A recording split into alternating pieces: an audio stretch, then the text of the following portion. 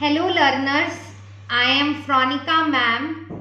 Today I am going to discuss class 12th Indian Economy chapter number 2 Indian Economy 1950 to 1990 Industry and Trade. Class आप लोगों से please एक request है कि आप कमेंट सेक्शन में अपनी क्वेरी ज़रूर लिखिया करिए, जिससे मुझे पता चले कि आपको मेरा पढ़ाया हुआ समझ में आ भी रहा है या नहीं आ रहा। इससे मुझे भी आसानी होगी और आपको भी आसानी होगी। अगर आपके कोई डाउट हो तो प्लीज़ कमेंट सेक्शन में ज़रूर लिखिएगा और प्लीज़ मेरे वीडियो को लाइक, शेयर एंड सब्सक्राइब ज़रूर करिएगा। और मैं आपको एक बात बता दूं, एनसीईआरटी बुक बहुत ज़्यादा इम्पॉर्टेंट है, क्योंकि पेपर जो है सीबीएसई का वो एनसीईआरटी में से आएगा, किसी गाइड में से पेपर नहीं आएगा। तो आपको एनसीईआरटी को थॉरोली पढ़ना है। और आज से आपको मेरा डेली इंडियन इकोनॉमी का एक वीडियो ज़रूर मिला करेगा। मैं डेली इसको आगे कंटिन्यू पढ़ाऊँगी और मैं ये आपसे प्रॉमिस करती हूँ कि अब आपको मेरी वीडियो डेली आएगी और डेली मैं कम से कम 3 या 4 पेजेस, जितना आपका इंडियन इकोनॉमी तक का सिलेबस है फर्स्ट टर्म का, दैट रूरल डेवलपमेंट तक, पहले मैं वो सिलेबस फिनिश करूँगी। तो क्लास हम स्टार्ट करते हैं। This topic is very very important, industry and trade. Clear हुआ? तो प्लीज़ एक एक लाइन को बड़े ध्यान से समझिएगा। मैं बड़े धीरे से, बड़े आराम से आपको एक एक लाइन का मतलब समझाती चलूँगी। Economists have found that poor nations can progress only if they have a good industrial sector. जो हमारे देश के बड़े बड़े इकोनॉमिस्ट हैं, वो उनका ये मानना है या उन्होंने ऐसा देखा है या फाउंड किया है कि एक गरीब देश जो है, पुअर नेशन, या जो डेवलपिंग कर रहा है जैसे इंडिया, वो जब भी तरक्की कर सकता है जब उसके पास एक अच्छा इंडस्ट्री का सेक्टर हो, जहाँ पर वो मैन्युफैक्चरिंग का काम अच्छे से करता हो। तो एक देश जब भी प्रोग्रेस कर सकता है जब उसके पास एक अच्छा इंडस्ट्री का सेक्टर हो, मैन्युफैक्चरिंग सेक्टर हो। Industry provides employment. आपको पता है इंडस्ट्रीज जब होती हैं तो वो लोगों को रोजगार देती हैं, नौकरियां देती हैं, which is more stable then the employment in agriculture. वो एक एग्रीकल्चर की जो एग्रीकल्चर में जो हम काम करते हैं दैट इज़ अनस्टेबल, स्टेबल नहीं होता। लेकिन अगर आप किसी इंडस्ट्री में नौकरी कर रहे हैं तो वो एज कंपेयर टू एग्रीकल्चर बहुत ज़्यादा स्टेबल है, बहुत ज़्यादा रिलायबल है कि आप वहाँ अच्छे से काम कर सकते हैं, प्रॉपर आपको मंथली तनख्वाह मिलेगी। तो ये बड़ा स्टेबल होता है, इसलिए, और सबसे ज़्यादा ये रोज़गार भी बहुत देता है। It promotes modernisation. इससे क्या होता है, मॉडर्न होता है ज़माना, मतलब समाज जो है, अच्छी अच्छी नई नई इंडस्ट्रीज आएंगी तो क्या लाएंगी, मॉडर्नाइजेशन लाएंगी आपके कंट्री में। एंड ओवरऑल प्रॉस्पेरिटी, आपका देश क्या बनेगा, समृद्ध बनेगा, तरक्की करेगा, प्रॉस्परस करेगा, बढ़ेगा, आगे बढ़ेगा। It is for this reason that the 5-year plan place a lot of emphasis on industrial development. यही कारण है कि हमारे देश की जो पाँच वर्षीय योजना थी उसने इंडस्ट्रियल डेवलपमेंट में, कि हमारे देश में एग्रीकल्चर के साथ साथ इंडस्ट्रीज को भी डेवलप करना चाहिए, इस पर बहुत फोर्स करा था, मतलब प्रेशर डाला था कि हमारी कंट्री में सिर्फ एग्रीकल्चर नहीं, इंडस्ट्री पर भी बहुत ज़्यादा जोर दिया जाना चाहिए, क्योंकि इससे क्या होता है, हमारे देश में मॉडर्नाइजेशन आएगा, हमारा देश समृद्ध बनेगा, तरक्की करेगा, प्रॉस्परस करेगा। You might have studied in previous chapter that at the time of independence the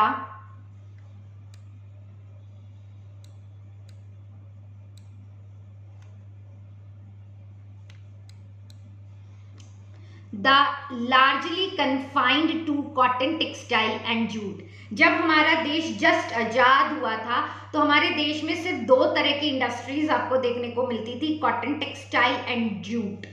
there were 2 well manage iron and steel firms भी थी। एक कहाँ थी, दो हमारी कंट्री में आयरन और स्टील की फैक्ट्रियां डली हुई थी, एक तो जमशेदपुर में and the other in Kolkata. मैं आपको इसलिए इतना डीप में पढ़ा रही हूँ क्योंकि एनसीईआरटी में से कोई भी लाइन उठा के पेपर में पूछी जा सकती है, तो आपको पता होना चाहिए लाइन कहां से उठाई गई है। तो but obviously we needed to expand the industrial base with the variety of industries if the economy was to grow. तो इसमें लिखा गया है कि हमारी कंट्री जब देश आजाद हुआ था तो हमारी कंट्री में सिर्फ कॉटन टेक्सटाइल या जूट या आयरन एंड स्टील इंडस्ट्री थी, वो भी जमशेदपुर और कोलकाता में। तो हमारी कंट्री में इंडस्ट्रीज को एक्सपैंड करने की, फैलाने की बहुत ज्यादा जरूरत थी, या बहुत ज्यादा इंडस्ट्रीज की हमारे देश में जरूरत थी अगर हमारे देश को तरक्की करनी थी तो। क्लियर हुआ? Public and private sectors in Indian industry development. Public माने गवर्नमेंट एंड प्राइवेट इंडस्ट्रीज जो होती हैं, जो बड़ी बड़ी फर्म्स हैं, बड़ी बड़ी इंडस्ट्रीज हैं। The big question facing the policy makers was what should be the role of the government and the private sector in the industrial development। जो बड़े बड़े पॉलिसीज जो बनाते हैं उनके दिमाग में एक ही क्वेश्चन था, वो एक ही क्वेश्चन को बार बार रियलाइज कर रहे थे या फेस कर रहे थे कि क्या सरकार करेगी या क्या प्राइवेट सेक्टर करेगा हमारे देश में इंडस्ट्रीज को डेवलप करने के लिए। उनकी क्या पॉलिसीज होंगी, वो क्या काम करेंगी जिस वजह से हमारा देश इंडस्ट्रीज में क्या करे, तरक्की करे। At the time of independence, Indian industrialists did not have the capital to undertake। जब हमारा देश जस्ट आजाद हुआ था, हमारी इंडिया की जो इंडस्ट्रियलिस्ट थे उनके पास इतना कैपिटल माने मनी भी नहीं था, मशीनें भी नहीं थी। कैपिटल माने पैसा इन टर्म्स ऑफ मनी।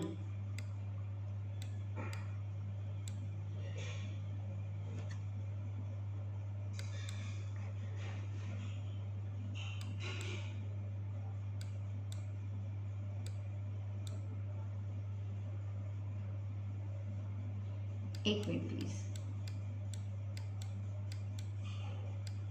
हाँ, to undertake investment in industrial ventures required for the development of our economy.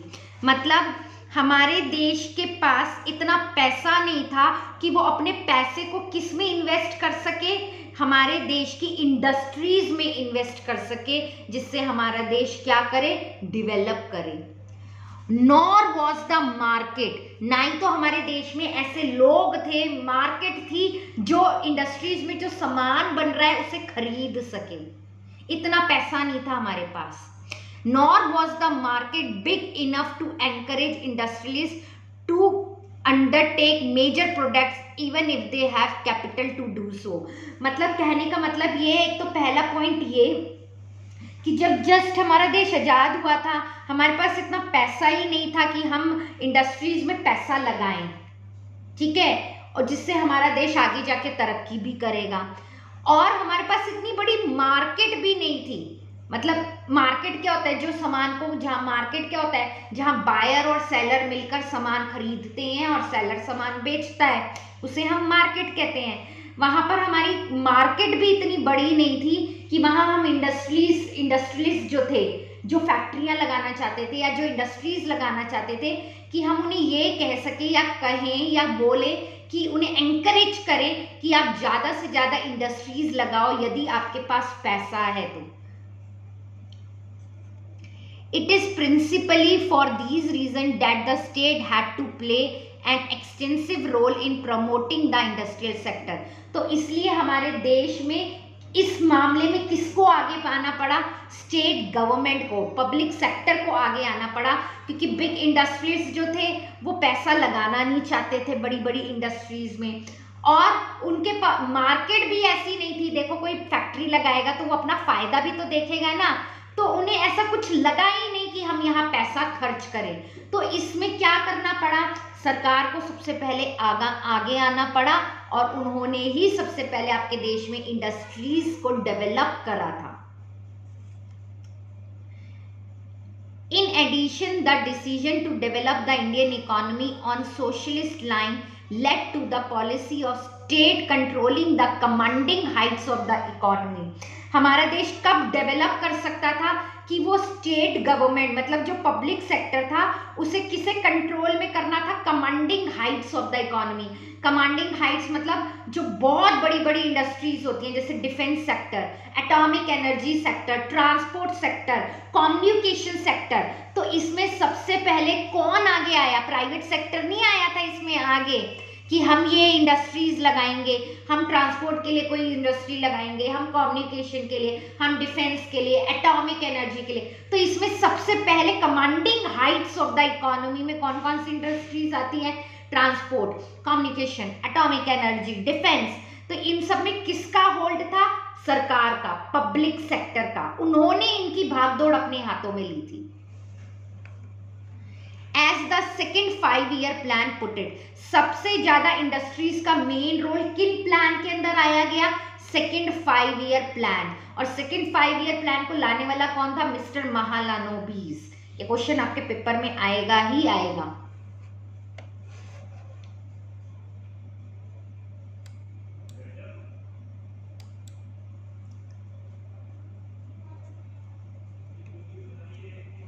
देखिए क्या लिखा है आगे। This means that the state would have complete control of those industry that were vital for the economy. मतलब state का, public sector का उस पे पूरा कंट्रोल था, उस इंडस्ट्रीज पे पूरा कंट्रोल था जो आपके देश की तरक्की के लिए जिन इंडस्ट्रीज की बहुत ज्यादा जरूरत थी। The policies of the private sector would have to be complementary to those of the public sector, with the public sector leading the way। मतलब जो प्राइवेट सेक्टर था ना वो अपनी अलग से इंडस्ट्रीज नहीं खोल के बैठता था, वो क्या करता था? कॉम्प्लीमेंट्री काम करता था। कॉम्प्लीमेंट्री माने जो पब्लिक सेक्टर जिन इंडस्ट्रीज को बढ़ावा दे रही थी ना उनकी वो मदद करता था। सरकार की क्या करता था? वो एक तरह से वो मदद करता था एज अ कॉम्प्लीमेंट्री। आप 11th क्लास में पढ़ के आए होंगे ना, कॉम्प्लीमेंट्री गुड्स क्या होता है? उस चीज के बिना वो चीज अधूरी है। तो सरकार अकेले वो काम नहीं कर रही थी, प्राइवेट सेक्टर भी उसके साथ कॉम्प्लीमेंट्री बन के चल रहा था और अपने देश को डेवलप करने में इंडस्ट्रीज उन्होंने क्या करी थी? डेवलप करी थी। आगे देखते हैं क्या लिखा है।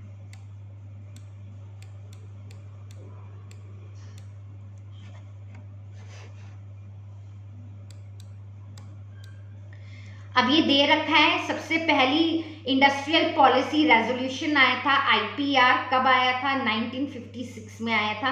इसमें क्या हुआ? In accordance with the goal of the state controlling the commanding heights of the economy, मैंने अभी आपको बताया कि सरकार का मेन गोल क्या था? इन्हें कंट्रोल करना। Commanding heights of the economy मतलब बड़ी बड़ी जो इंडस्ट्रीज थी, जैसे मैंने अभी आपको नाम बताया, transport, communication, atomic energy, defence. The Industrial Policy Resolution of 1956 was adopted। इसके लिए क्या निकाला गया? ये रेजोल्यूशन निकाला गया, industrial policy resolution. This resolution formed the basis of the second 5-year plan, the plan which tried to build the basis for a socialist pattern of the society। देखिए जहां पर भी सोसाइटी के बारे में बात होगी, सोशलिस्ट पैटर्न की बात होगी, तो वहां पर गवर्नमेंट का रोल बहुत ज्यादा होता है। और गवर्नमेंट ने सेकेंड 5-year प्लान में क्या था? इंडस्ट्रीज को डेवलप करने की बात कही थी और उसमें सबसे ज्यादा किसका रोल था? गवर्नमेंट का रोल था। अभी प्राइवेट सेक्टर का रोल नहीं था। प्राइवेट सेक्टर तो सिर्फ iron and steel, cotton and jute इनमें लगे हुए थे, लेकिन अभी इन कमांडिंग हाइट्स को कौन कंट्रोल कर रहा था? ये कर रहे थे public sector. This resolution classified industries into 3 categories. इस जो रेजोल्यूशन ने था ना, ये IPR रेजोल्यूशन, इसने इंडस्ट्रीज को 3 पार्ट्स में डिवाइड किया था। फर्स्ट कैटेगरी के अंदर कौन कौन सी इंडस्ट्रीज आती हैं मैं आपको बता देती हूँ, बहुत इंपॉर्टेंट क्वेश्चन है। This resolution classified industries into 3 categories में बांटा। पहली कैटेगरी के अंदर कौन कौन सी इंडस्ट्रीज आएंगी? Industries which would be exclusively owned by the state, जो टोटली किसके कंट्रोल में होंगी? पब्लिक सेक्टर या गवर्नमेंट के सेक्टर में होंगी। The second category consists of industries in which the private sector could supplement the effort of the state sector. और जो सेकेंड इंडस्ट्रीज थी उसमें वो एज अ क्या करेंगी, हेल्प करेंगी स्टेट गवर्नमेंट का. कौन? प्राइवेट सेक्टर, मतलब दोनों मिलकर चलेंगी. उसके अंदर वो इंडस्ट्रीज आई थी with the state taking the sole responsibility the starting new units, जिसमें मेन रोल किसका होगा? सेकंड कैटेगरी जो थी उसमें मेन रोल तो होगा सरकार का, और उनकी मदद कौन करेगा? Private sector. लेकिन उस यूनिट को सबसे पहले चालू कौन करेगा? That is government sector. और जो थर्ड कैटेगरी थी वो टोटली किसके हाथों में थी? प्राइवेट सेक्टर के हाथों में थी. उसमें गवर्नमेंट का कोई रोल नहीं था. The third category consisted of the remaining industry which were to be in the private sector के हाथों में थी. क्लियर हुआ क्लास? आगे देखते हैं. Although there was a category of industry left to the private sector, the sector was kept under state control through a system of license. जो मैंने आपको थर्ड कैटेगरी की इंडस्ट्रीज बताई ना कि वो पूरी टोटली प्राइवेट सेक्टर के हाथों में थी, लेकिन उन्हें उस इंडस्ट्री को चलाने के लिए सरकार से पहले लाइसेंस लेना पड़ता था. ऐसे ही नहीं वो उन इंडस्ट्रीज को चला सकती थी. क्या करना पड़ेगा उसे? सरकार से उसको इंडस्ट्री को खोलने के लिए पहले उन्हें क्या लेना पड़ेगा? सरकार से लाइसेंस लेना पड़ता था. No new industries was allowed unless a license was obtained from the government. Private sector कोई भी नई इंडस्ट्री नहीं खोल सकता था जब तक उसके पास सरकार से लिया हुआ लाइसेंस ना हो. This policy was used for promoting industry in backward region. इस थर्ड कैटेगरी को लाने का सिर्फ एक ही मकसद था सरकार का कि अगर कोई प्राइवेट सेक्टर फर्म खोलना चाहता है तो उसे आपके देश के बैकवर्ड मतलब पिछड़े हुए राज्यों में ही ये चीजें खोलनी पड़ेंगी. लेकिन इन इंडस्ट्रीज को खोलने के लिए पहले उन्हें सरकार से क्या लेना पड़ेगा? लाइसेंस लेना पड़ेगा. और अगर वो इंडस्ट्रीज वहां खोल रही हैं तो उनके लिए लाइसेंस लेना भी बहुत ज्यादा क्या होता था? आसान होता था. This it was easier to obtain a license if the industrial unit was established in an economically backward area. यही मैंने अभी बताया, उनके लिए लाइसेंस लेना सरकार से आसान हो जाता था क्योंकि अगर वो किसी बैकवर्ड एरिया में अपनी इंडस्ट्रीज लगाती हैं तो वहां से उनके लिए वो लाइसेंस लेना क्या हो जाता था? बहुत आसान हो जाता था. In addition such units were given certain concession. अगर ये प्राइवेट सेक्टर अपनी इंडस्ट्रीज को अगर किसी बैकवर्ड रीजन में लगाते थे तो उन्हें बहुत सारा सरकार बेनिफिट्स भी देती थी. लाइक कंसेशन, टैक्स में छूट दे देना, such as tax benefit. Electricity मिल जाती थी उन्हें, बिजली बड़े कम टैरिफ पर. एक तरह का टैक्स होता है, टैरिफ भी, duty, tax duty. The purpose of this policy was to promote regional equality. इसका मेन मकसद क्या था? कि पिछड़े हुए राज्यों में भी इंडस्ट्री खुल जाए, जिससे हमारे देश में सिर्फ ऐसा ना हो कि सिर्फ अर्बन एरियाज में इंडस्ट्रीज है, नहीं, रूरल एरियाज में या बैकवर्ड एरियाज में भी इंडस्ट्रीज है. तो इससे क्या होगा? इक्वालिटी आएगी. इक्वालिटी कैसे आएगी? क्योंकि बैकवर्ड एरियाज में भी लोगों को जब इंडस्ट्रीज लगेंगी तो नौकरियां मिलेंगी, नौकरियां मिलेंगी तो लोगों के पास रोजगार आएगा, रोजगार आएगा तो उनकी गरीबी दूर होगी. तो इससे क्या होगा? हमारे देश में इक्वालिटी आएगी, रीजनल इक्वालिटी आएगी. क्लियर हुआ? आगे देखते.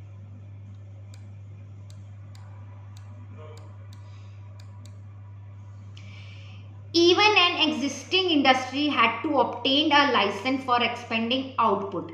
किसी भी प्राइवेट इंडस्ट्री को अगर अपनी कोई इंडस्ट्री खोलनी है या चलानी है तो उसे कंफर्म होता था कि उसे पहले राज्य से या पब्लिक सेक्टर से क्या लेना पड़ेगा? लाइसेंस लेना पड़ेगा. और for diversifying production. Diversifying production का मतलब समझते हैं आप? यदि आपको कोई न्यू वैरायटी की चीज बनानी हो production of a new variety of goods. ये पूछा जा सकता है व्हाट इज डाइवर्सिफाइड प्रोडक्शन। यदि आपको कोई चीज क्या करनी चाहिए पड़ रही हो, प्रोड्यूस करनी हो नई तरह की न्यू वैरायटी ऑफ गुड्स। जैसे आजकल आपने देखा होगा ना, हम लोग एग्रीकल्चर में ऑर्गेनिक फार्मिंग करते हैं, ऐसे ही तो नए तरह के गुड्स बनाने तो उन्हें बोलते हैं diversifying production. This was meant to ensure that the quantity of goods produced was not more than what the economy required. इनकी एक और शर्त होती थी सरकार की कि आपको ये भी श्योरिटी देनी पड़ेगी या इंश्योर करना पड़ेगा कि आप उससे ज़्यादा नहीं बनाओगे चीज़ें, जितना आपके देश की रिक्वायरमेंट है उतना ही आपको उस चीज़ को प्रोड्यूस करना है, उससे ज़्यादा उसे प्रोड्यूस नहीं करना है। License to expand production was given only if the government was convinced that the economy required a large amount of goods.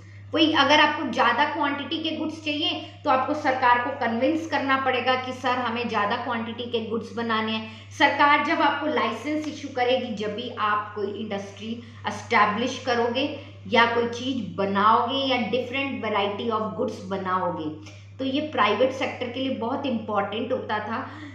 And मैं ये बात कर रही हूँ 1950 से 1990 के टाइम पीरियड की। मैंने आफ्टर 1990 की अभी तक बात करी ही नहीं है।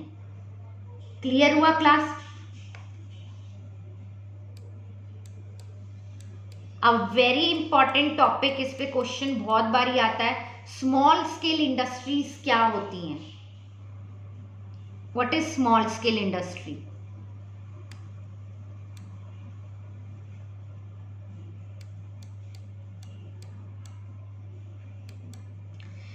देखिए, इन 1955 the village and small scale industry committee, जिसे हम कार्वे कमेटी भी कहते हैं, noted the possibility of using small scale industry for promoting rural development. क्या कहा था इस कमेटी ने? इस कमेटी ने कहा था कि हमें अपने रूरल गांव में, अगर हमें अपने गांव की तरक्की करनी है, गांव को डेवलप करना है, तो हमें वहां पर क्या करनी पड़ेगी? छोटी छोटी इंडस्ट्रीज लगानी पड़ेंगी। The small scale industry is defined with reference to the maximum investment allowed on the asset of a unit. This limit has changed over a period of time. मतलब कितना पैसा लगाना पड़ेगा हमें इस इंडस्ट्रीज को बनाने में या चलाने में। In 1950, a small industrial unit was one which invested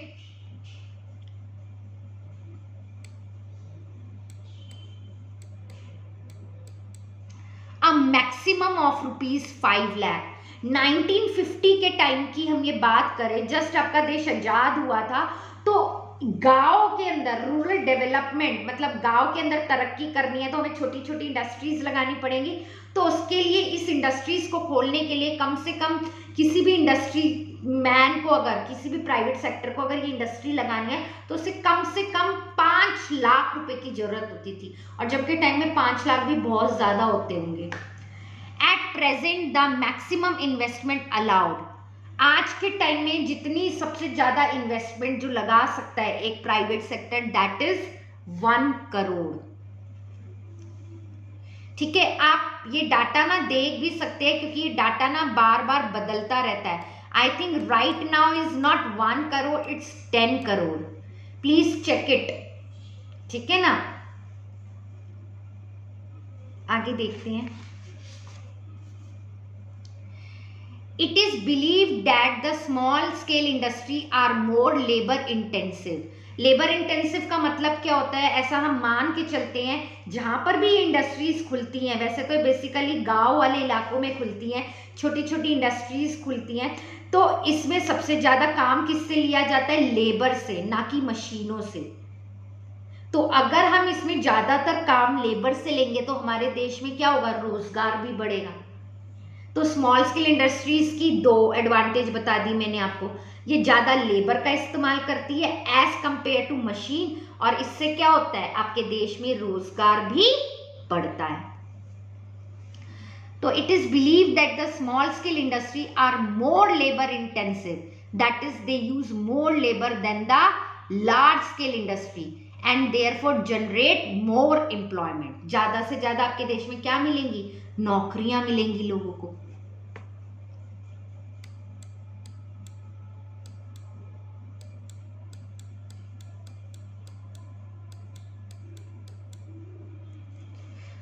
but these industries can not compete with the big industry firms, इसमें ये बताया गया है। लेकिन ये जो है ना, ये छोटी छोटी जो इंडस्ट्रीज हैं, ये बड़ी इंडस्ट्रीज के साथ कंपटीशन नहीं कर सकती।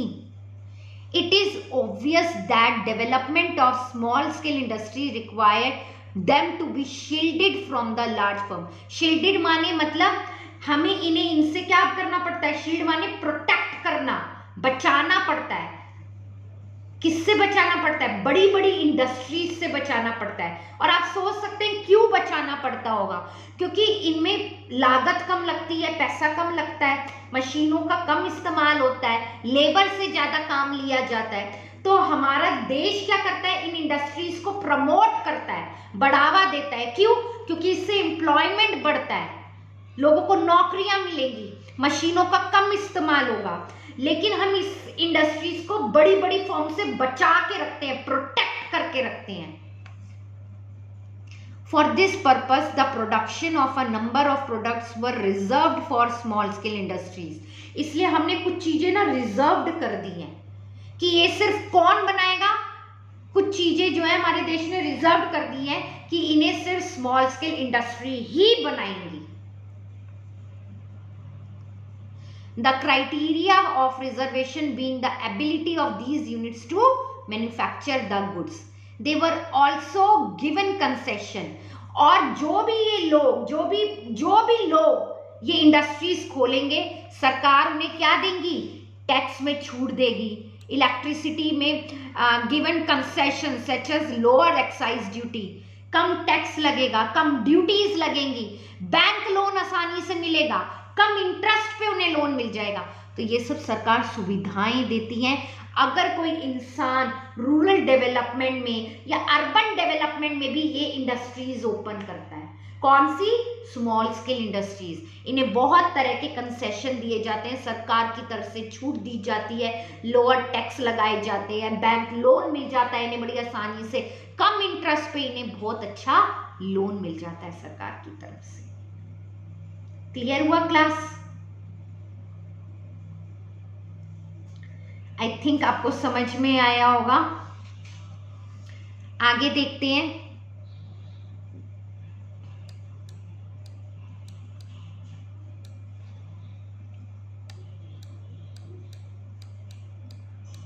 इस पे बहुत ज्यादा क्वेश्चन आता है। एक्चुअली एनसीईआरटी की एक एक लाइन और एक एक टॉपिक बहुत ज़्यादा इम्पॉर्टेंट है, तो इसलिए आपसे मेरी ये हम्बल रिक्वेस्ट है कि बहुत थॉरली, बहुत डीप से एनसीईआरटी बुक को पढ़िएगा। क्योंकि बोर्ड में क्या होता है ना, एनसीईआरटी को ही हम बेस मान के चलते हैं और वो कुछ भी पूछ सकता है। तो एक एक लाइन का मतलब आपको क्लियर होना बहुत ज़रूरी है एनसीईआरटी की। क्लियर है क्लास? अगर आप इंडियन इकोनॉमी में full out of full marks लाना चाहते हैं तो आपको एनसीईआरटी की एक एक लाइन का मतलब बहुत अच्छे से क्लियर होना चाहिए। अब क्या था ट्रेड पॉलिसी, क्या था इंपोर्ट सब्स्टिट्यूशन स्ट्रैटेजी? इसका मेन मोटिव पता है क्या था इंपोर्ट सब्स्टिट्यूशन स्ट्रैटेजी का? सरकार चाहती थी कि जो इंडिया की जो दुकानें हैं या जो फैक्ट्रियां हैं, इंडिया पहले खुद अपने आप को डेवलप करे, बाहर से कोई चीज इंपोर्ट ना करे, एक्सपोर्ट कर दे। एक्सपोर्ट कर सकती है लेकिन इंपोर्ट ना करे। वो पहले अपने आप को खुद डेवलप करे, पहले वो इतना काबिल हो जाए कि वो बाहर के लोगों के साथ कंपटीशन कर सके।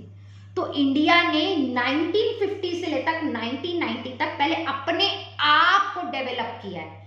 इंडिया की गवर्नमेंट ने क्या किया, पहले तुम खुद अपने आप को डेवलप कर लो, पहले खुद अपनी इंडस्ट्रीज बना लो, खुद अपनी काबिलियत को अपने अकॉर्डिंग जज कर लो, फिर किसी देश के साथ कंपटीशन करना। तो इंपोर्ट करने पे उसने रोक लगाई थी। आप पहले अपने आप को कुछ बनाओ, अपना कुछ करो, अपनी कुछ क्रिएटिविटी लाओ, अपना कुछ बनाओ। तो ये इंपोर्ट सब्स्टिट्यूशन स्ट्रैटेजी में करा गया था। इसके बाद आफ्टर 1990 के बाद आपके देश में ग्लोबलाइजेशन आया। Then we follow export substitution strategy. अब खोल दो अपने देश को, अब हम तैयार हैं किसी भी देश के साथ कंपटीशन करने के लिए। लेकिन 1950 से लेकर 1990 तक हमारे देश ने पहले अपने आप को खुद बनाया है कि हम में कितनी काबिलियत है, हम क्या चीज कर सकते हैं। क्लियर हुआ?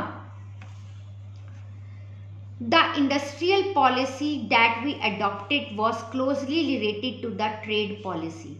जो हमने इंडस्ट्री के लिए पॉलिसी बनाई, trade policy, in the first 7 plan, trade was characterized by what is commonly called inward looking strategy. Trade import substitution strategy का ही एक और नाम है इनवर्ड लुकिंग स्ट्रैटेजी। ये भी पेपर में पूछा जा सकता है आपसे कि इंपोर्ट सब्स्टिट्यूशन स्ट्रैटेजी को और क्या कहते हैं? Inward looking strategy. पहले हमने अपने आप को कुछ बनाया है, फिर हमने आफ्टर 1991 अपने देश को ग्लोबलाइज्ड किया है कि हाँ अब हम तैयार हैं बाहर की कंट्रीज के साथ कंपटीशन करने के लिए। Technically, this strategy is called import substitution. This policy aimed at replacing or substituting imports with domestic production. यही मैंने आपको बताया। इस पॉलिसी का क्या एम था, क्या टारगेट था कि हमें इंपोर्ट नहीं करना, हमें इंपोर्ट नहीं करना, अपने आप को कुछ बनाना है, खुद चीजें बनानी है, इंपोर्ट नहीं करनी, बाहर की कंट्री से कोई चीज नहीं लेनी, हमें वो चीज खुद अपने देश में रहकर बनानी है। For example, instead of importing vehicles made in a foreign country, for example दे रखा है हमें बाहर से ट्रांसपोर्ट व्हीकल्स को इंपोर्ट नहीं करना, industries would be encourage to produce them in India itself, हमें खुद उन व्हीकल्स को इंडिया के अंदर बनाना है। In this policy, the government protect the domestic industries from foreign competition. इस पॉलिसी के अंदर सरकार क्या कर रही है? प्रोटेक्ट कर रही है, बचा रही है जो हमारे देश की इंडस्ट्रीज हैं, डोमेस्टिक इंडस्ट्रीज हैं, किससे? Foreign competition. क्यों? क्योंकि वो तो हमारे देश में आ ही नहीं सकती, सरकार ने रोक लगा रखी है ना उन पे, वो हमारे देश में नहीं आ सकती, ना ही तो हम उनकी कोई चीज इंपोर्ट कर सकते। हमें अपने आप को डेवलप करना है, इसलिए सरकार हमें क्या कर रही है? फॉरेन के कंपटीशन, मतलब फॉरेन इंडस्ट्रीज को भारत में आने से रोक रही है कि नहीं हम तुम्हें नहीं आने देंगे, पहले हमें खुद डेवलप होने दो, हम चाहते हैं हमारे देश के लोग हमारे देश का सामान खरीदे, फॉरेन सामान ना खरीदे। आई बात समझ में? Protection from import took 2 forms. हमने 2 तरह की प्रोटेक्शन का इस्तेमाल किया था इंपोर्ट के लिए। पहली थी टैरिफ एंड कोटास। अब टैरिफ क्या होता है? Tariff are a tax. Tariff क्या होता है? एक तरह का टैक्स होता है।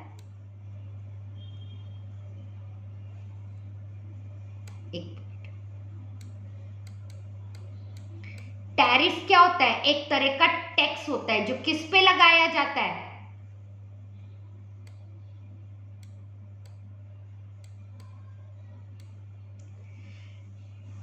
On imported goods. जो हम बाहर से चीजें खरीदते हैं ना, जो इंडिया के लोग खरीद रहे थे, उन पर सरकार ने क्या लगा दिया था?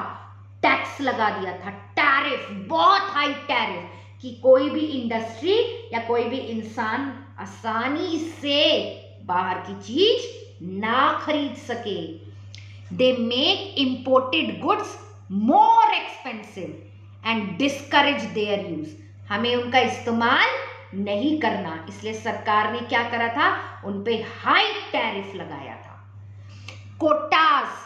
कोटास माने क्वांटिटी, कितनी चीज मंगा रहे हैं हम, 10 kilo, 5 kilo, 10 quintal, 20 quintal, quantity पर भी रोक लगा दी थी सरकार ने। Quantity of goods which can be imported. The effects of tariff and quota is that they restrict import. हमारे देश की सरकार ने टैरिफ लगा दिए, कोटाज लगा दिए कि आपको इंपोर्ट नहीं करना। And therefore protect the domestic firms, अपने देश की फर्म्स को बचाया सरकार ने कि हमें कोई चीज़ इंपोर्ट नहीं करनी, हमें खुद वो चीज़ बनानी है। क्योंकि अगर बाहर की कंट्रीज इंडिया में आएंगी तो हमारे देश का प्रोडक्ट तो कोई खरीदेगा ही नहीं। सरकार को ये बहुत अच्छे से पता था, क्योंकि सब लोग फॉरेन प्रोडक्ट खरीदेंगे, इंडियन प्रोडक्ट कौन खरीदेगा? कोई नहीं खरीदेगा।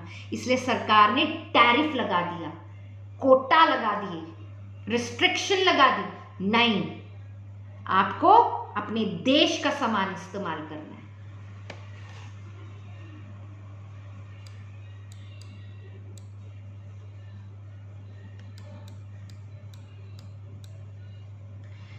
The policy of protection is based on the notion that industries of developing countries are not in a position to compete against the goods produced by more developed economies. Yes, ये बात सच है। हमने, हमारे देश की सरकार ने क्यों हमारे देश की इंडस्ट्रीज को बचाया, प्रोटेक्ट किया? क्योंकि उन्हें पता था हमारी कंट्री की जो इंडस्ट्रीज जो चीज़ें बना रही हैं, अगर हमने उन्हें बढ़ावा देना है तो हमें फॉरेन इंडस्ट्रीज को यहाँ आने से रोकना पड़ेगा। क्यों? क्योंकि अगर वो हमारी कंट्रीज में आ गई तो हमारे देश के लोग हमारे देश का सामान नहीं खरीदेंगे, फॉरेन गुड्स खरीदेंगे और कंपटीशन बढ़ जाएगा। आई बात समझ में? It is assumed that if the domestic industries are protected, they will learn to compete in the course of time. यही मैंने आपको बताया था कि हमारे देश ने इस टाइम पर, हमारी सरकार ने क्या किया, यहाँ की इंडस्ट्रीज को ये समझाया कि पहले तुम अपने आप को डेवलप कर लो, इतना सीख लो कि अगर कोई फॉरेन इंडस्ट्री आती है तुम्हारे देश में तो तुम उसके साथ मुकाबला कर सको, अपने प्रोडक्ट को उसके साथ में खड़ा लेके चल सको। Our planner also feared that the possibility of foreign exchange being spent on import of luxury goods. हमारे देश के लोगों को भी डर था, प्लानर्स को, जो प्लान बनाते हैं, प्लानिंग करते हैं, कि अगर हमने इंपोर्ट करा, बाहर से अगर कोई सामान खरीदा तो हमारे देश से फॉरेन करेंसी बाहर जाएगी, हमारे देश का पैसा बाहर जाएगा ना तो हमारे देश की करेंसी भी कम हो जाएगी। आई बात समझ में?